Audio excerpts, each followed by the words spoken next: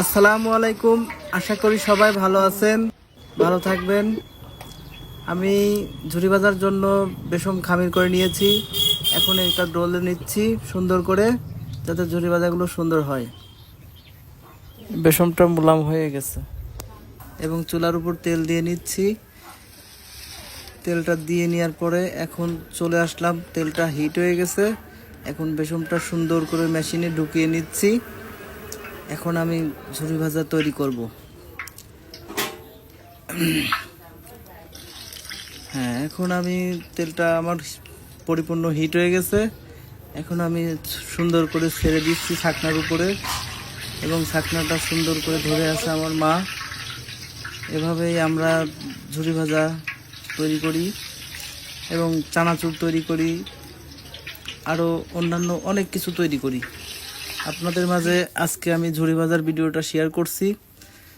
যদি এই ভিডিওটি আপনাদের মনের এতটুকু ভালো লেগে থাকে তাহলে অবশ্যই শেয়ার করবেন, লাইক দিবেন এবং কমেন্ট করবেন। কমেন্টের মাধ্যমে জানাবেন যে আমার ভিডিওগুলো কেমন হচ্ছে।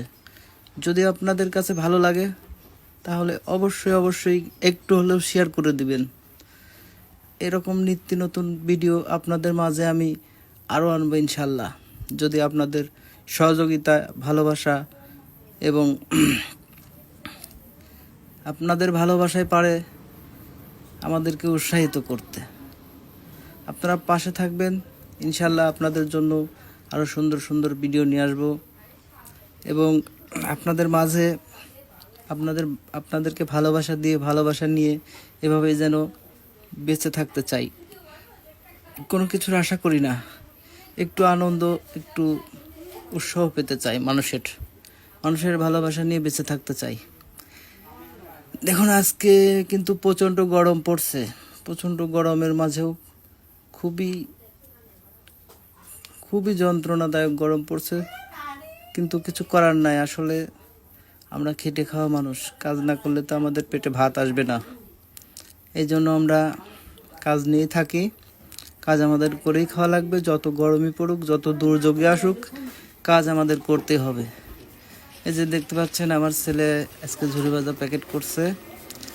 আমার ছেলের আজকে স্কুল নেই, এই জন্য আজকের দিনটাই আমি বেছে নিয়েছি।